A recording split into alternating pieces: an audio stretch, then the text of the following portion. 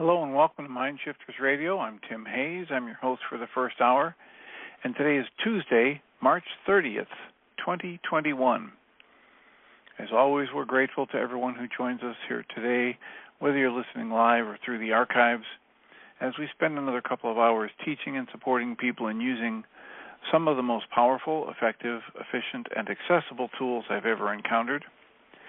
And these tools are available absolutely free at whyagian.org. If you go to that website and click on the red and white bullseye, or the link in the upper left-hand corner of most pages that says Start Here, it'll take you to a page where you can download and read Chapter 24 of Dr. Michael Rice's book. His book is titled, Why Is This Happening to Me Again? And in that chapter of that book, you'll read a narrative description of the primary tool in this work. That tool is called the Reality Management Worksheet, sometimes called the Reality Management Wake-Up Sheet. It's a tool that we can use, and I've been using for over 16 years to to actively improve the quality of my life, to manage my emotions, to turn any negative emotion into part of the infallible guidance system that each of us has access to. And on that page, you can also download the actual worksheet process itself. You can download a whole host of audio files of shows just like this one, where people have been stepped through that worksheet process. And you can download from your app store a completely free and private app that contains the Reality Management Worksheet, an abbreviated version of that worksheet, and a copy of the Dragon Klingon game, which is a wonderful way to introduce these tools to even younger audiences. And we encourage people to do that soon and often because it usually benefits them. And if you have questions or comments once you've done that, we're available 5 days a week. In our current format, it's 2 hours a day.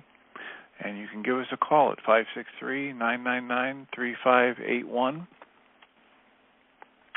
and press 1, and that will let us know, whoever's manning the switchboard, that you've got a comment or a question. You can also send an email to Jeanie at JEANIE @whyagain.org, or you can send an email to me at TJH at mindshifters-academy.org, and we will be happy to respond. We'll talk about it on the air if we get an email question, and then if you're not able to be live on the show, you can listen to it in the archives. The archives of this show are also available at whyagain.org for the last 10 years.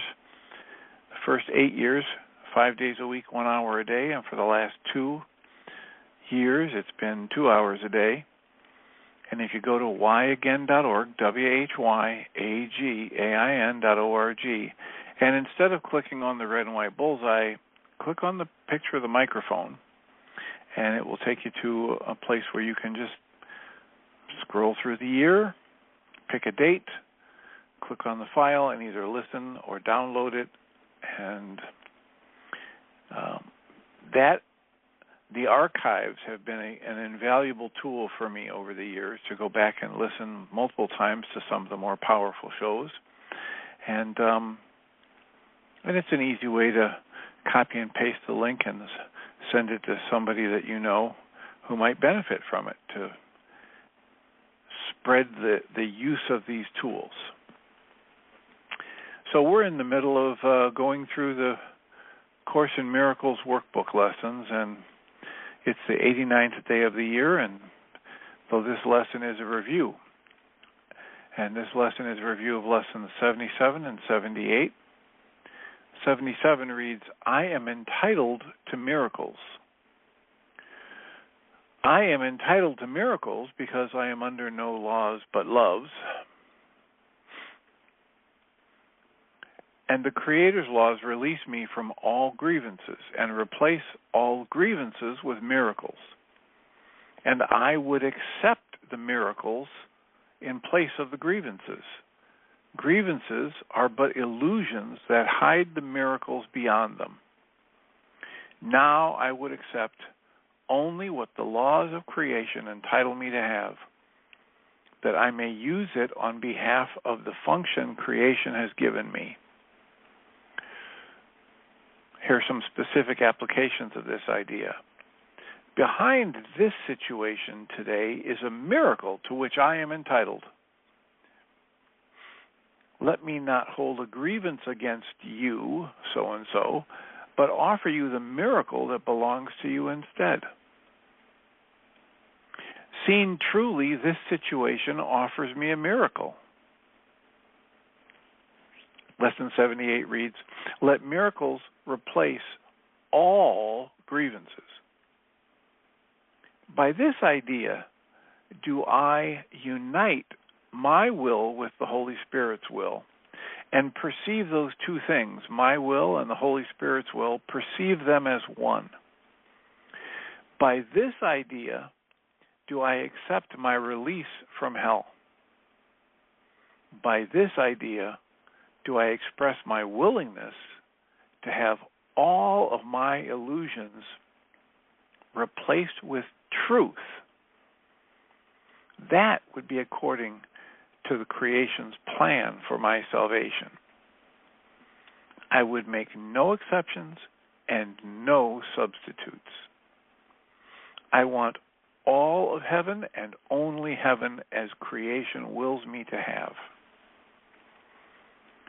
Some specific applications for this idea are, I would not hold this grievance apart from my salvation. I would not hold on to this grievance and block myself from being aware of my salvation. Let our grievances be replaced by miracles, and then name the person that you're focusing on that you might have thought was worthy of your grievance. Beyond this is the miracle by which all my grievances are replaced. Beyond this current situation that my mind is showing me is so bad or wrong or difficult that it deserves my grievance. Beyond this is the miracle by which all my grievances are replaced. And in Pam Grout's book, A Course in Miracles Experiment, Lesson 89 is titled, Rewrite, Take Two. She quotes Mike Dooley as saying, one of the greatest paradoxes of your physical senses is that your eyes actually show you what you believe and not what you see. Pam writes, I am entitled to miracles. And she suggests the book Ain't No Stoppin' Us Now by McFadden and Whitehead. A Course in Miracles makes no bones. Thoughts become things. There is no exception to this rule. The reason we don't fully recognize this unalterable reality is because our thoughts bounce around like pinballs. I want this. No, wait, I want that. Oh, but if I could get that, this might happen. It is maddening. In the No Such Thing as an Idle Thought department, consider Salman Nasrat, who in 2018 won a 2018 James Beard Award and is featured as a popular Netflix documentary. She's often referred to as the next Julia Child. 11 years ago, when she was not yet 30, she bought a sketchbook from an art supply store. She labeled it Manifestation Journal. In it, she listed things she envisioned for her life, both small and large. What's pretty bananas, she says, sometimes I misplace the journal. I'll forget about it for 6 months or so.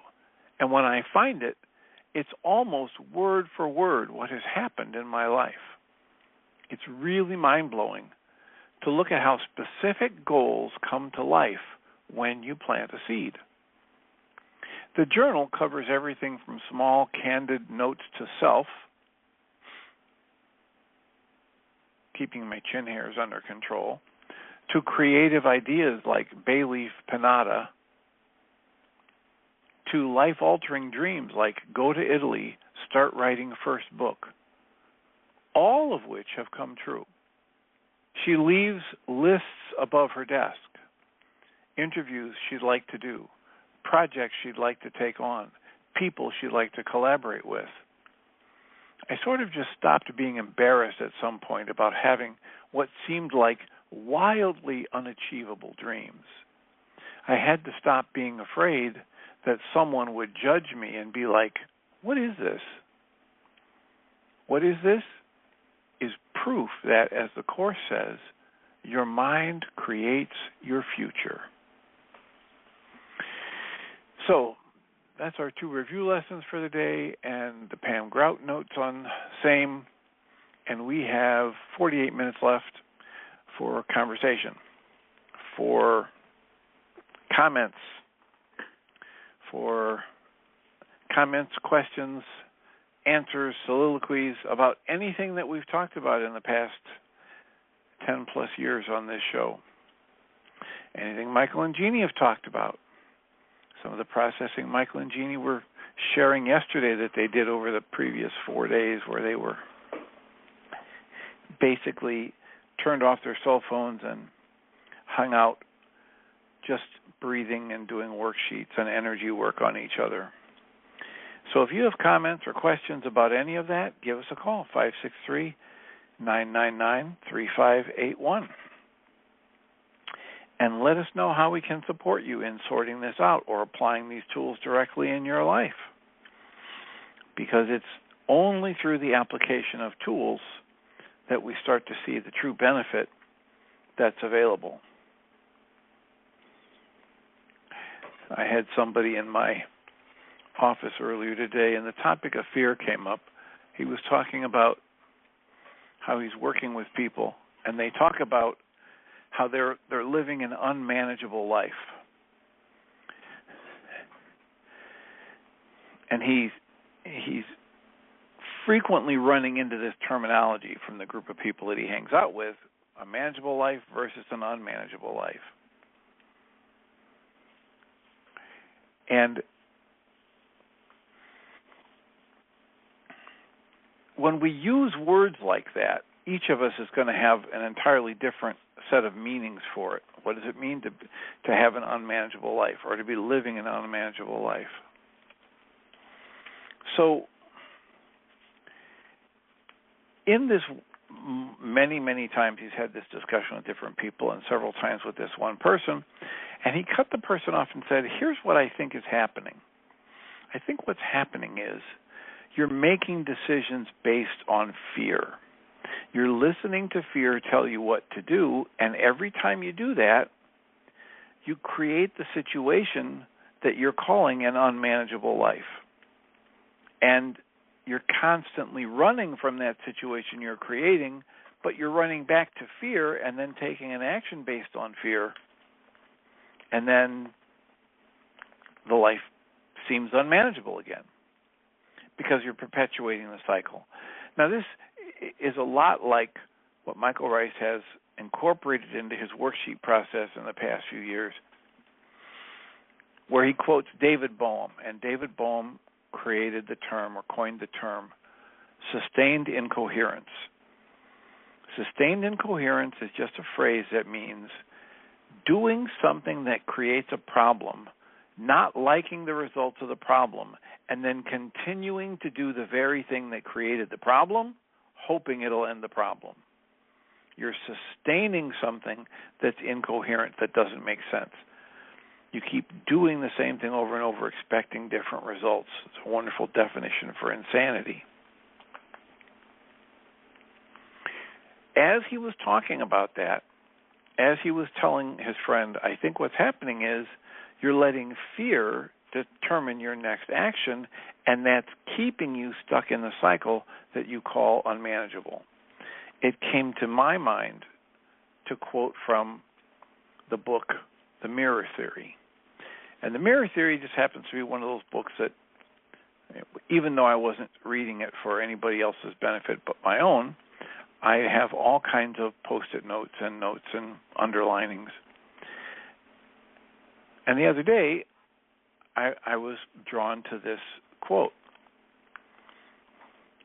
fear is created by refusing to face the truth about our lives. As soon as we face the truth about our lives, fear disappears. Fear only lives in a soul that refuses to make a decision. To heal is to walk right into whatever we think is paralyzing us.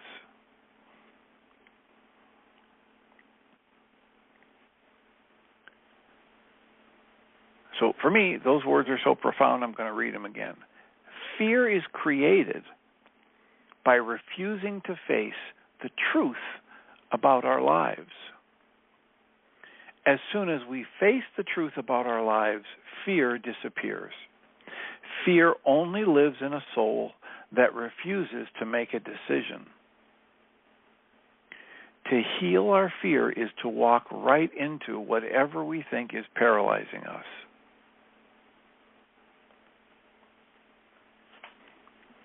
And this goes right in line with the two books I've recommended, Untamed by Glennon Doyle and We Are the Luckiest by Laura McGowan. And this morning as I was listening to Untamed, I came across the segment that Glennon recounts as an adult how someone said to her, "Your feelings are all okay. You're not doing your feelings wrong." And Glennon was shocked, and she realized that she had grown up believing that she was only supposed to feel happiness, and every time she was feeling something other than happy, she was screwing it up. She was doing it wrong. And this woman told her for the first time that all of your feelings are valid. All of your feelings are there to be felt. And this goes right in line with the 15 commitments of conscious leadership, where it talks about the commitment to feel all of my emotions all the way through. So this wisdom about how the only way out is through cuts across all kinds of different philosophies and religions and spiritual teachings. And when Glennon Doyle heard this from this woman, she was shocked. And the next part that she writes about is how she began to realize how many times she had had the thought in her life, I can't bear this, I won't survive this, I can't handle this emotion or this feeling. And in that moment, she had the deep insight that every time she'd had that thought, she was wrong. She did survive. It was just energy. It was just information. It was feedback in the moment. And the power about being able to be honest about what I'm feeling in the moment has been one of the more liberating aspects of my work personally. It is something that goes against the cultural norm in a big way, and it goes against what a lot of people would say when you're reading these people who are motivational speakers or, manifest your destiny, and it's just talk about how I'm living the dream and everything's great, and this would be advice that would go against that, because it's only appropriate to say that in this school of thought if that's what you're actually feeling. And if you're feeling something else and you're pretending and you're representing to people that you're feeling something other than what you're feeling, it has a certain set of consequences. I remember one time a couple of years ago now, it's actually a little over 2 years ago now, I agreed to participate with a group of people. And the last time 4 or 5 of us had been on a call together, the last 2 times, it had not gone well at all. And it had led to my severing relationships with them. And so, 4 or 5 years had passed, and they had said, we've really changed, and all this is better and different, and come on back on board, and we really like your help. So I agreed to meet with them. And I had a tremendous amount of anxiety as I pulled into my parking lot at my office that day, and I knew what it was about. I wasn't kidding myself. I wasn't clueless. I knew exactly what I was feeling this anxiety about. How is this call going to go? Our ego's going to get in the way of the good work that people are trying to do. So when I got on the call, I had done some breathing and EFT tapping before the call, and when I got on the video call, only a few people were there, and one of them, who'd been the instigator for some of the more, what I would call unprofessional utterances 4 or 5 years prior, said, "So how you doing?" And I said, "Well," I took a breath and let it out slowly. I said, "I'm doing." And he snapped at me. "What does that mean?" I took another breath and I said, "Well, it means I have quite a bit of fear and trepidation about how this call will go, because the last time the 4 of us were on a call together, it didn't go so well." And it just let the air out of his balloon.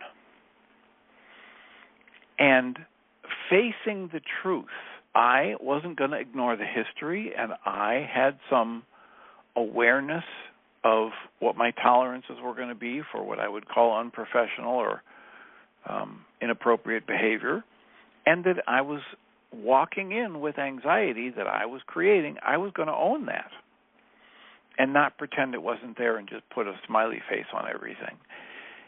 And the call changed tone, and it got more real, and we made it through, and agreements were made, and it's been holding together for the past couple of years.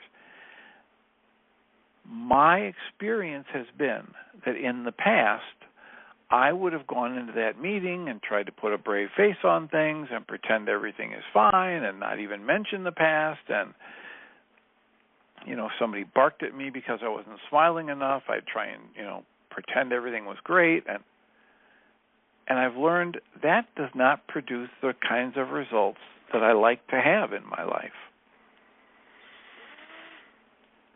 And more at deeper levels, even the little white lies that I was trained to believe are so useful and so acceptable, they just don't have a place in producing the kind of benefits I would like to have in my life. So, to whatever degree possible, I am continuing to work on more fundamental, more profoundly deep honesty in my life. And when I do, and it creates some, let's say, tension or discomfort or negative emotional state, I use the tools. I use the worksheet process or the EFT tapping to dissipate that negative emotional state, and then, as the way Michael Rice would talk about it, restore my perception to something that's closer to actuality, to get the highest and the best evidence about what's going on before I make a choice or a decision about proceeding, my next statement, my next action, etc. So, there are some thoughts, there are some food for thought, there's a couple book references. Our call-in number is 563-999-3581, and we're open for conversation. How does any of this strike you? If you have read through the book, The Mirror Theory, have you also highlighted that portion of the book that talks about honesty and fear? I believe Ellen has her hand up. Hi, Dr. Tim. Hello, Ellen. I so appreciate everything that you've been saying today because it's perfectly in accordance with what I have been experiencing so far today. And I have a question. I mean, about what you were talking about. So if you have a very strong emotion come up when you are like having an interaction with someone, like anger, let's say anger, because that's what it is for me. Obviously you can't stop in that moment and go do a worksheet. Listen. While there might be some situations where I can't stop in that moment, I would offer for your consideration that the blanket statement is false. It's part of the conditioning of the culture that says you should do this, you should do that, you have to do this or that. So there are many more situations. I just gave you an example of one where if you had been reading from the Handbook of Business Meeting Etiquette, I never would have said, well, I'm really nervous about this call because the last time we were on the call, it didn't go well. So I just want to leave the space open for questioning the conclusion that you just put out there like it was the absolute truth. It is possible for me to stop far more often than I have been trained to believe and either take a breath, do some EFT tapping, do some breathing, excuse myself from the interaction, and say, I'll have to get back to you, etc. Not only is it possible, I would offer that my personal experience has been that it is far more beneficial than adhering to the social norm.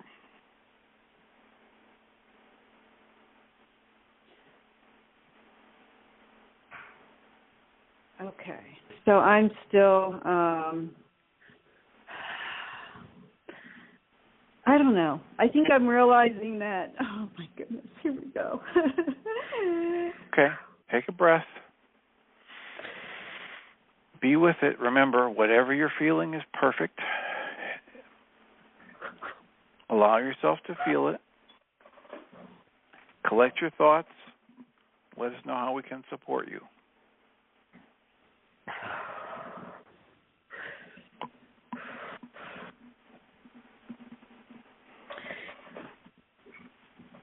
Well, I don't know. Sometimes I think that maybe I'm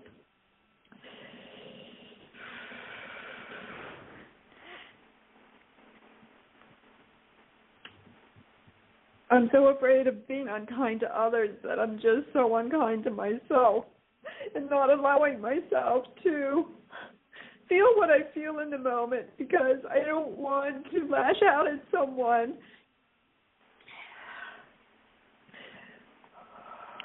Okay, so take a breath or two.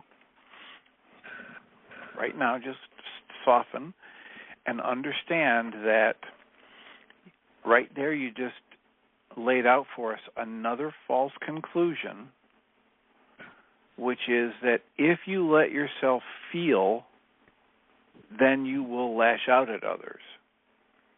And that's not necessarily true, especially when we develop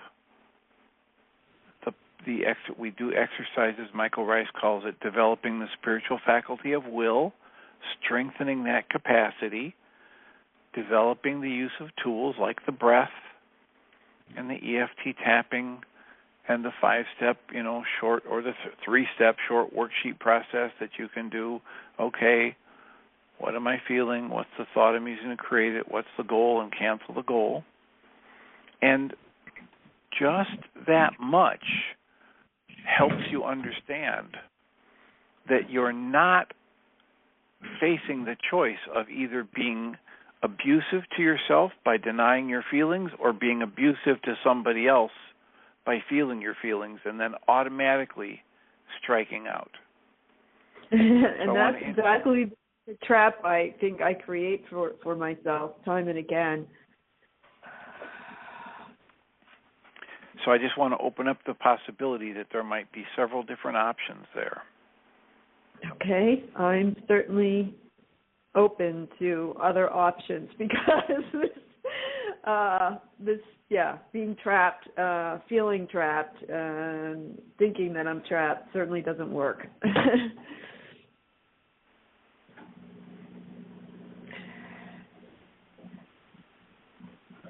So you could address that with a mind shifter that says something like, it's safe and healing for me to feel my feelings fully and control my behavior at the same time. Wow. Okay, that's a good one. Let me just, I want to write that one down. Wait a minute. Let me grab a pen. Okay, could you please repeat that? It's safe and healing for me to feel all of my emotions fully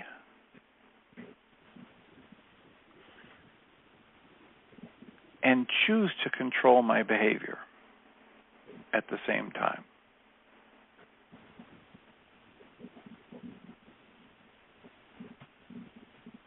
Did you say choose to control my behavior? Yeah, at the same time. So I can choose. I don't have to be bound by the false belief that you just put out there that if you let yourself feel your feelings, you're going to lash out at people. It's safe and healing for you to feel your feelings and choose, not just react, not have an automatic decision, but choose your behavior. Yeah, I guess what I experience is this eruption just starts to happen when I start to feel those feelings. I just feel this eruption, and I guess I haven't seen that I am capable of not just, vomiting all over someone. Well, and there might be some good reasons for that, and they're worth exploring, right? So what are the general kinds of ways that we fall into a pattern like that is that we have, one of the common patterns is we refuse to let ourselves be aware of our feelings until they're on overload. We refuse to let ourselves acknowledge and honor our feelings and use them as good input, especially if they're any kind of a negative feeling, as part of our guidance. And if I ignore it long enough, the pressure builds. Yeah. And as the pressure builds enough, we all have a breaking point, right? Every energy system has a point beyond which it can't contain itself and bubbles out. So, one of the things to explore is, the thought that it's safe and healing for me to acknowledge my emotions at their earliest, slightest indication and take an action to honor those. The Course in Miracles at one point says something like, I'm probably, misquoting it a bit, paraphrasing it, but it says something like, the slightest irritation is connected to the deepest rage. Mm-hmm. And so a lot of us feel like it's not okay to acknowledge the slight irritations. We have to swallow those down, ignore them, and if we do that long enough, the pressure builds to the point where there's an explosion. Yeah, and that makes a whole lot of sense to me. And I guess what I was trying to do, instead of allowing myself to feel those feelings when they were more controllable, was I was practicing like today's lesson, and I just kept asking the Holy Spirit to allow me to see the miracle that's behind this grievance, and help me see this differently. I kept, but yet it wasn't like helping me at all. It wasn't helping me at all, and it just kept I just kept falling back into that. Okay, that so having that's a perfect example of why I keep saying to people, what I have found most useful is this two-prong approach. And one of them is based in the lesson today. Let me see the miracle behind this. Let me see my true nature. Let me see the light of the world shining through me. Let me see the miracle that's here for me to be seen. All of that positive stuff, asking to be shown and shifting the focus to the positive. And the second prong is that as soon as I have a negative emotional response or recurring negative thought that interferes with my staying in that positive space, I pick up a tool like the reality management worksheet or the journaling tool or the EFT tapping, and I apply it to the negative emotion or the recurring negative thought. And I want to explore how I'm creating this. I want to step into, as close as I can, to 100% responsibility. So again, it's shifting the focus off of the external, because whenever I have one of those negative thoughts or grievances, I'll have an external target. But it's got to be, for me, the best results have always been from using the two-prong approach. I have to own the fact that I'm the one creating my negative emotions. And I have to be willing to apply tools that take me out of what my conscious logical mind keeps telling me. The Way of Mastery says, look, we're not telling you that you're not going to have anger. Of course you're going to have anger. Just stop fooling yourself into thinking it's justified. Turn the focus inside and ask, how are you creating this anger? See the error. See the origins of the error in your thought. And as Way of Course in Miracles would tell us,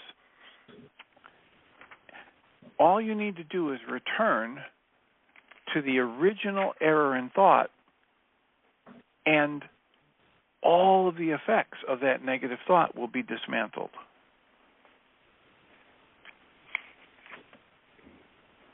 Yes.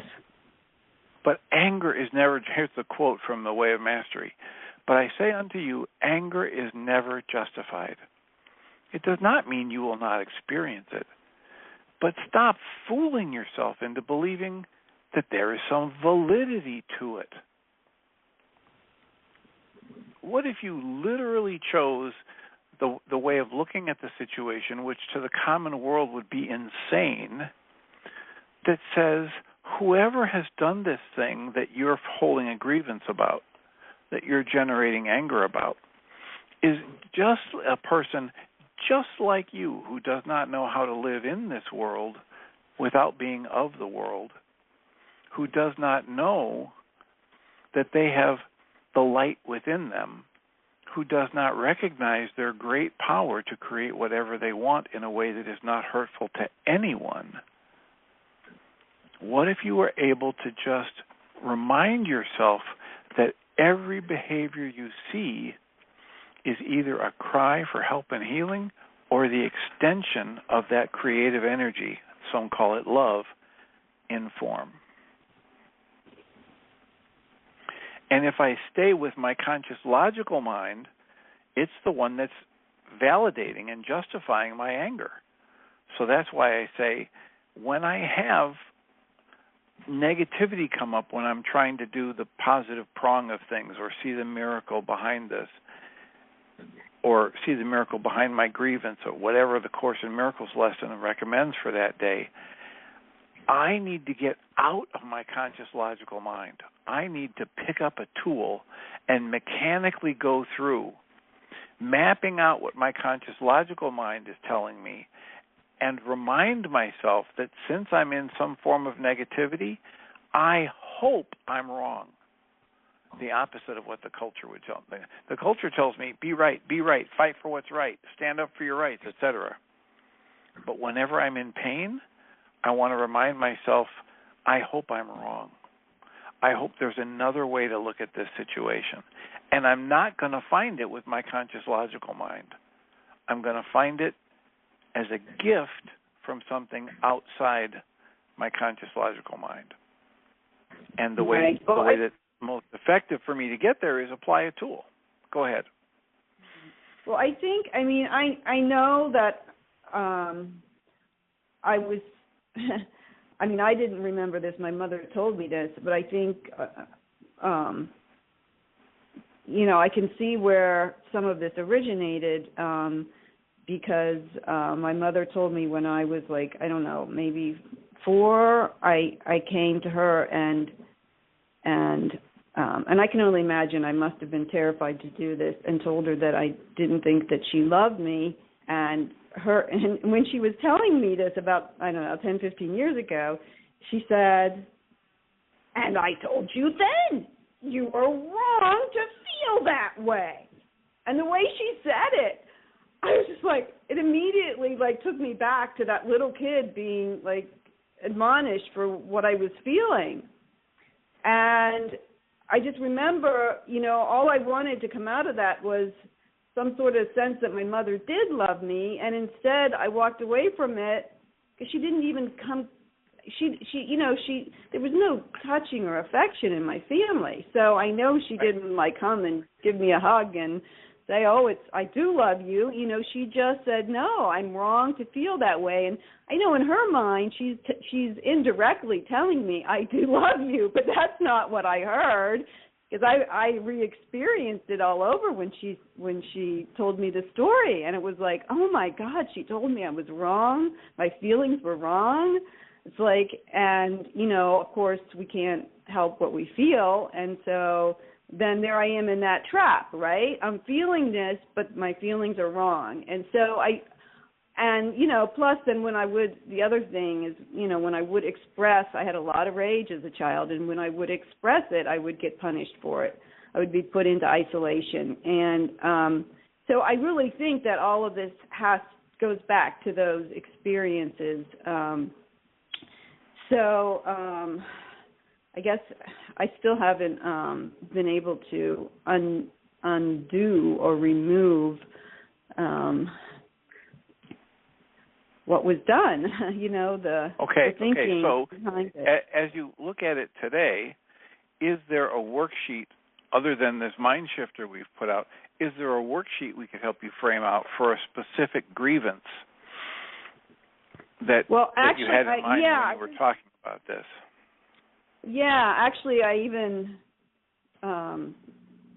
mentioned this to Susan last week in our group that I wanted to do, because I seem to do much better doing worksheets with at least one other person to help me through, because I get sometimes really caught up on the goal and really coming up with the right goal, and that's so critical. To me, that's the most important part, is coming up with the right goal.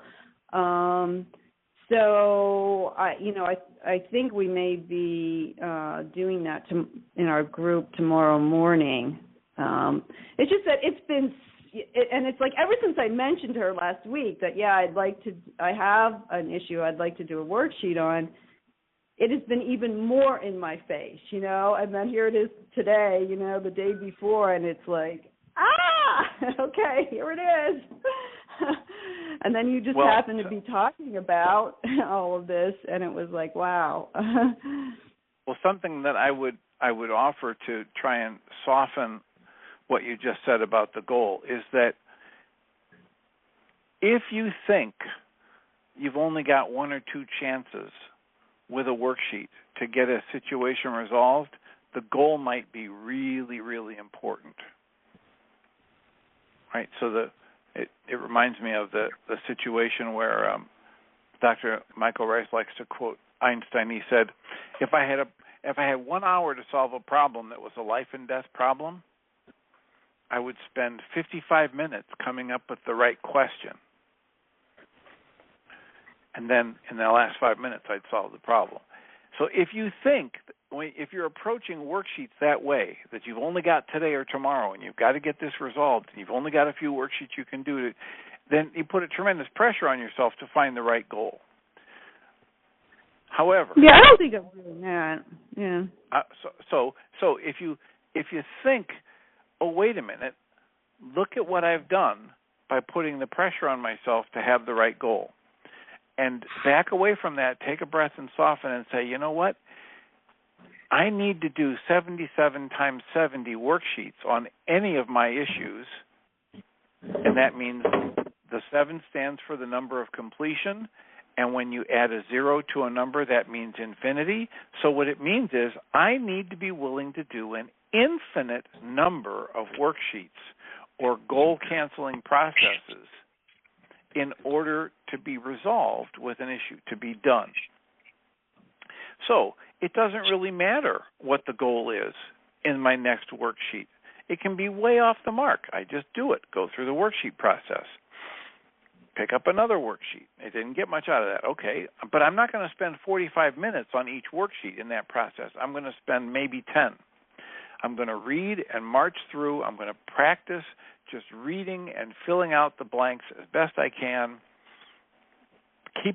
Sometimes people like keeping a stopwatch when they're trying to learn to do worksheets more efficiently, and realize, you might not have the same deep, powerful resolution you get when you're in a support group and you're going slowly through and taking 40 minutes to do one worksheet with a meditation on your true nature as love and a meditation to cancel the goal and ask to be shown and reading every word and explaining what sustained and coherence means.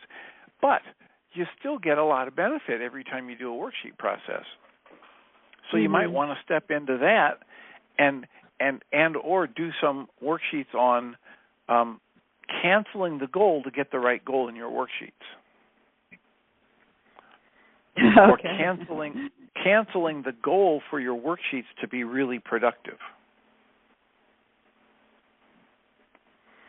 So that you soften that energy you just had for talking about needing to have the right goal or wanting and needing help in finding the right goal.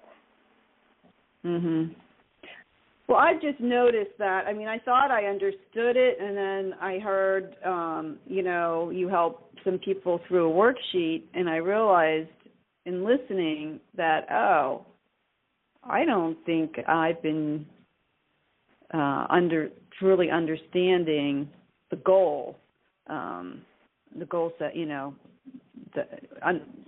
revealing what the true goal is to myself. So I just,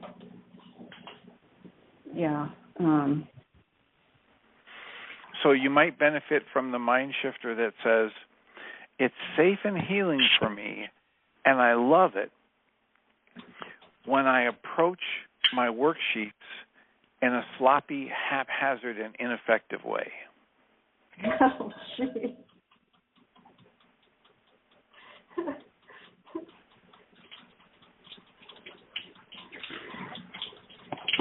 And I'm sorry, I'm making some noise here. I was cooking, and I wasn't going to call in because I had just gotten home and I haven't eaten anything yet today, so I started cooking, and then I couldn't help it. I had to call in because this is like so in line with everything I was in the middle of. So that suggestion, I think, might be very fruitful for you based on the way you responded emotionally.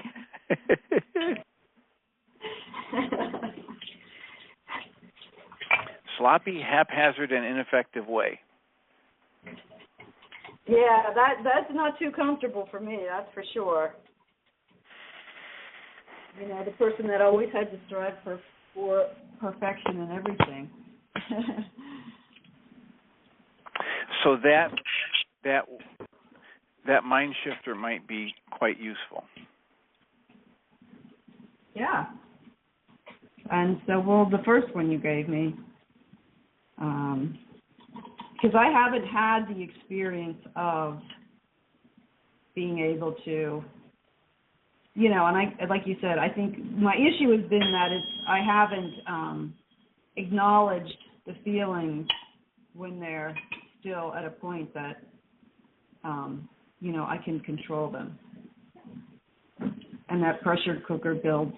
And so my experience has been that, no, I totally lose it if I don't shut down. Yes. Yes, and for whatever reason, whatever combination of factors and life events, you have reached this point in your life holding firmly to the false belief that it's not safe for you to feel and express your emotions. Exactly. Every time I expressed my emotions as a child, I was punished. So yes, it was, you know, I literally had to find a way to not feel in order to survive. And I don't even know how I did that. But I had to do, I don't even know how I did that as a child, but somehow I shut it all down. But I remember thinking I won't survive if I don't. When you get into that mind shifter, you're quite likely to tap into some memories that are not often available at the conscious level.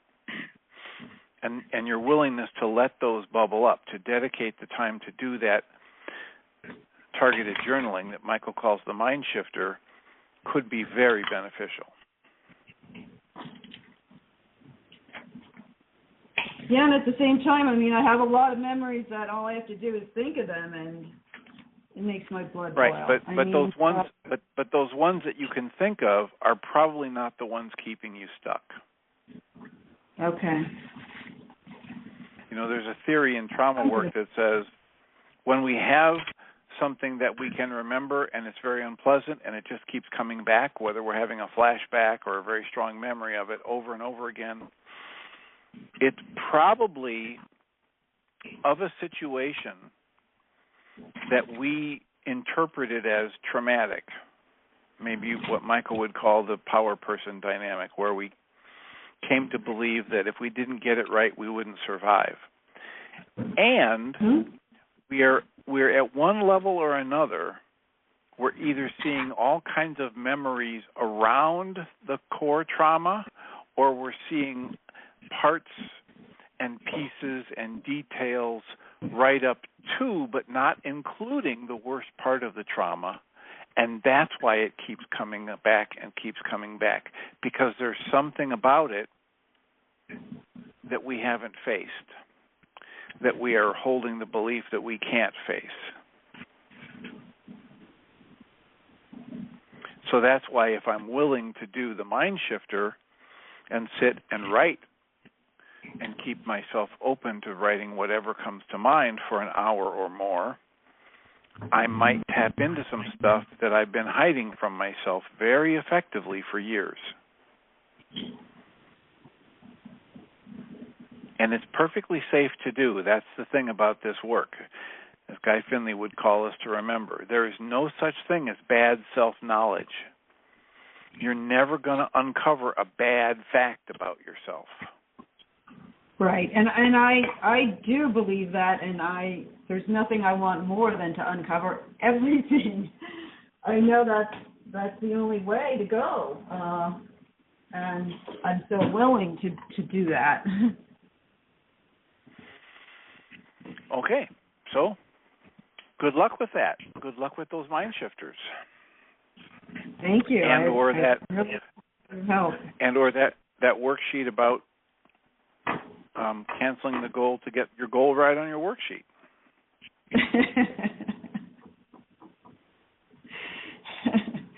Okay. Yeah.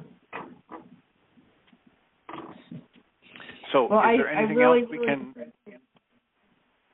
No, I'm good for now, and but I truly appreciate your help. Well, you're most welcome and deserving, and I'll look forward to updates as you see fit to share them. Okay, great. Thank you so All right. much. Take care. You too.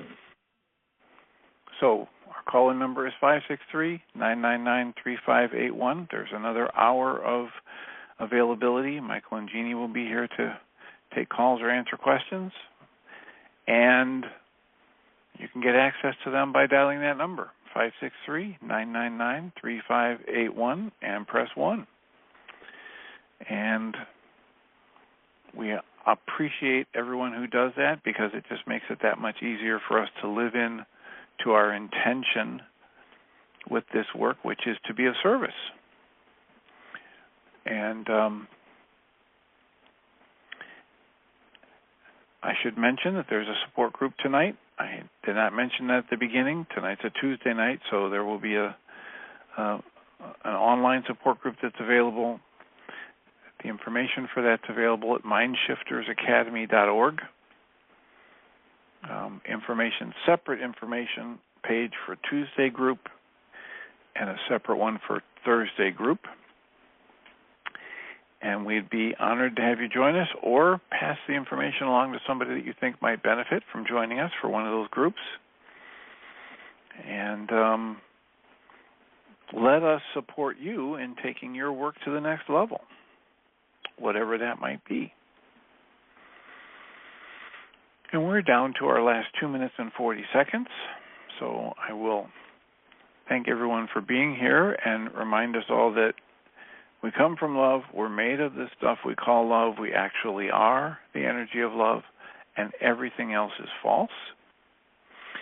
And we're back again, what's today, Tuesday, 3 more days this week. So join us if you're so inclined, and maybe we can get Jeannie Rice to join us for a transition. I am here. Welcome. Thank you. How are you today? Doing good. Doing really good. We got the baby unexpectedly today. We didn't think we were going to have her this week, but we are staying busy. And Dad's back. Well, you gotta use that word as often as possible because it won't be long before she's not a baby. I know. She's already growing up so fast, and she uses complete sentences now, and it's amazing. It's just like, okay. But wonderful. Well, enjoy that and have a wonderful show. Okay. Thank you, Dr. Tim. So welcome, everybody.